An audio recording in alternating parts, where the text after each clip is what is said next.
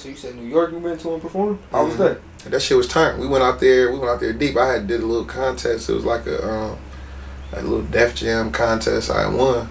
Oh, nice. What was the prize? You know what I'm saying? Shit, it was like they was offering like some type of little single deal or some shit, but I wasn't like really.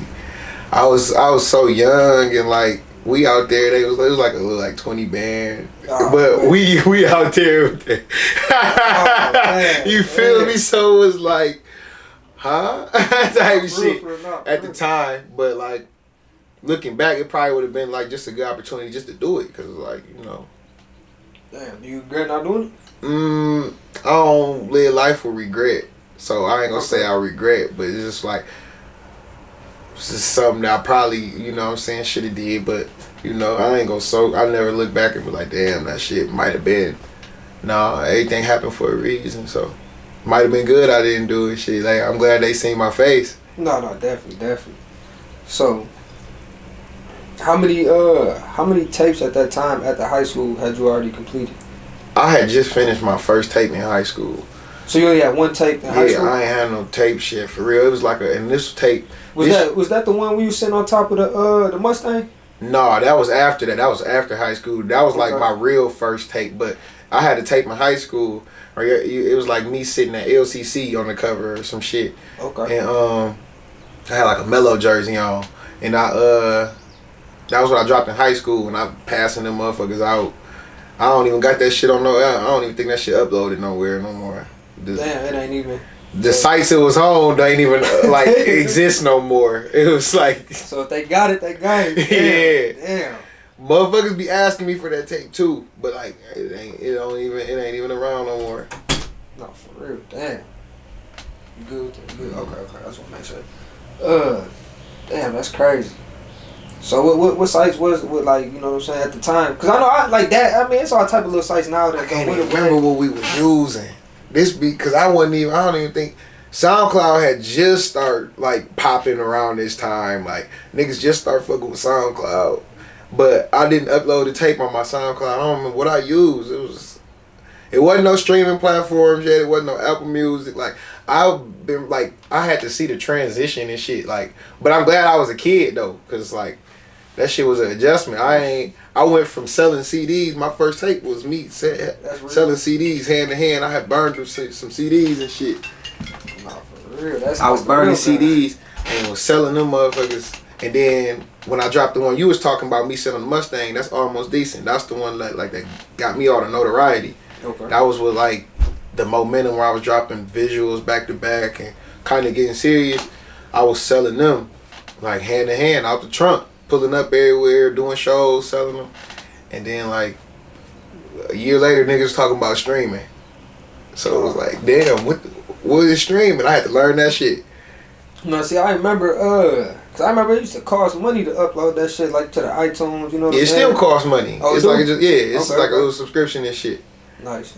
I mean, well, it ain't nice, but you know what I'm trying to say. It's easier now to access it now. Yeah. Before we still had to pay 99 cents or yeah, you can distribute your own music now. It's like you don't really need a label nowadays. You know what I'm saying? Like that shit.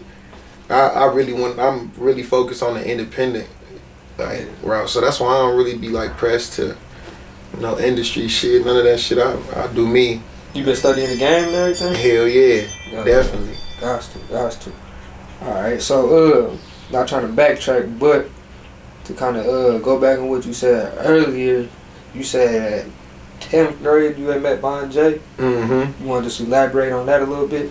My nigga Von J, long live my brother, man. I got my boy tatted on me, man. Shit, me and Von, I already knew Von. We knew each other, like I said, Southside like a family. So niggas knew each other as kids. Bro actually came from the West, but he moved over here when he was real young. And shit, just everybody knew each other. Bro was cold at basketball and shit. I was already just rapping in the cool niggas, so we just knew each other kind of organically. And high school, when I seen bro and shit, he used to always be joking and shit like, man, I'm about to start rapping. And then one day, I think bro was like ineligible for basketball or something, and he was like mad and shit. He like, man, bro, I'm about to ride with you to the studio after school. I got some shit. I'm like, man, stop playing, man. So I'll take the nigga to the studio with me. He left with me damn near every day after school. So we pull up to the studio. I'm like, I'm like, shit, I'm about to go in here and like my verse. I'm like, you already got some shit ready? He like, I'm gonna write while you in there. I'm thinking he joking, so I go in there, I lay my shit down. This when I'm young, I'm still recording kind of slow, so I record like, took me like 30 minutes. I get done, bro come in there, nigga got his shit already written. That nigga laid a hard ass verse. That song's still on my YouTube too. It's called In Deep Thought. Bro came in, just snapped. I'm like, what? And he was, at the time he was going with my cousin Tony. That passed, man. R.I.P. my cousin Tony. She was mad that I let him in the studio. Like, why you got that boy rapping?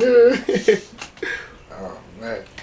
So how many songs did you guys complete? Like, you know what I'm saying? Not you know, just overall. Me and Von? Yep.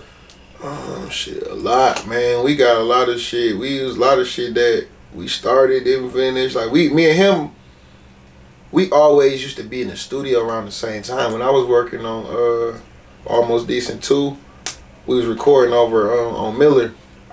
And bro used to always had a session. He used to always have his session right before mine. I booked Branson. We was doing like 8-hour sessions every night to finish my album. So me and Fresh would be in there from 12 to 8 every night. Like, but bro would be in there before me. Okay. So we was like in there just every night, like going crazy. And we always probably just link up and do some shit every time I came in. Hell yeah, man. 12 to 8, that's a long 8-hour session, right? Yeah, me and Fresh, man, used to really put in them hours. Me and Shaq put in them hours too.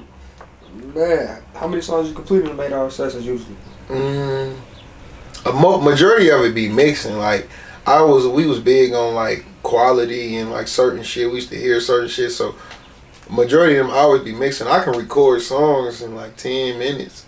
All right. So I can record 20 songs in like a 2-hour session, 2-3 hour session if I wanted to, just recording. But I be big on mixing and like I always hear certain shit and want to add certain shit.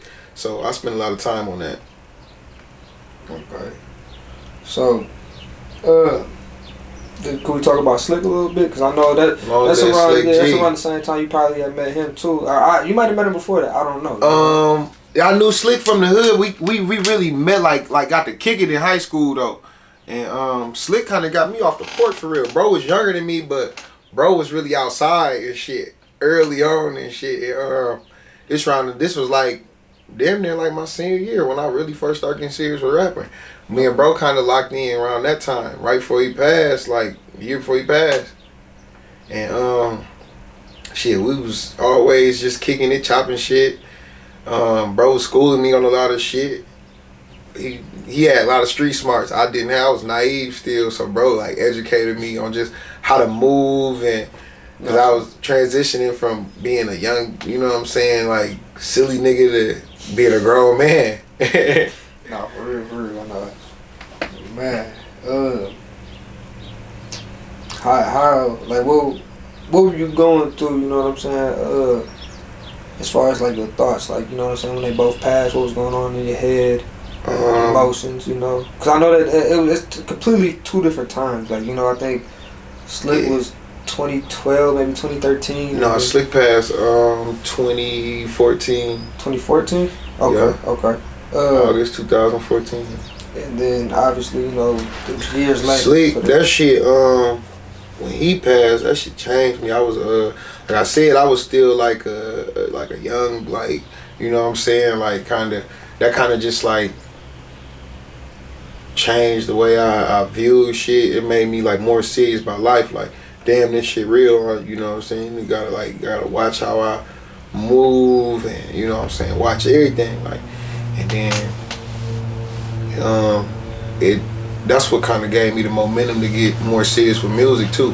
Cause bro had a gift. Bro was like the hardest. You know what I'm saying? Like, for he died at 17. If you go listen to his music, his shit was like, this nigga was spitting like Eminem type raps. Like, bro was really in another. He was advanced for his time. Hell yeah, bro was one of them ones, man, for real.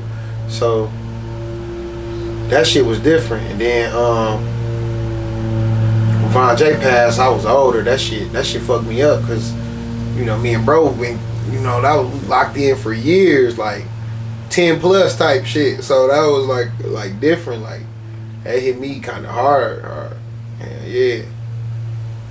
Yeah. So after they passed, did you still?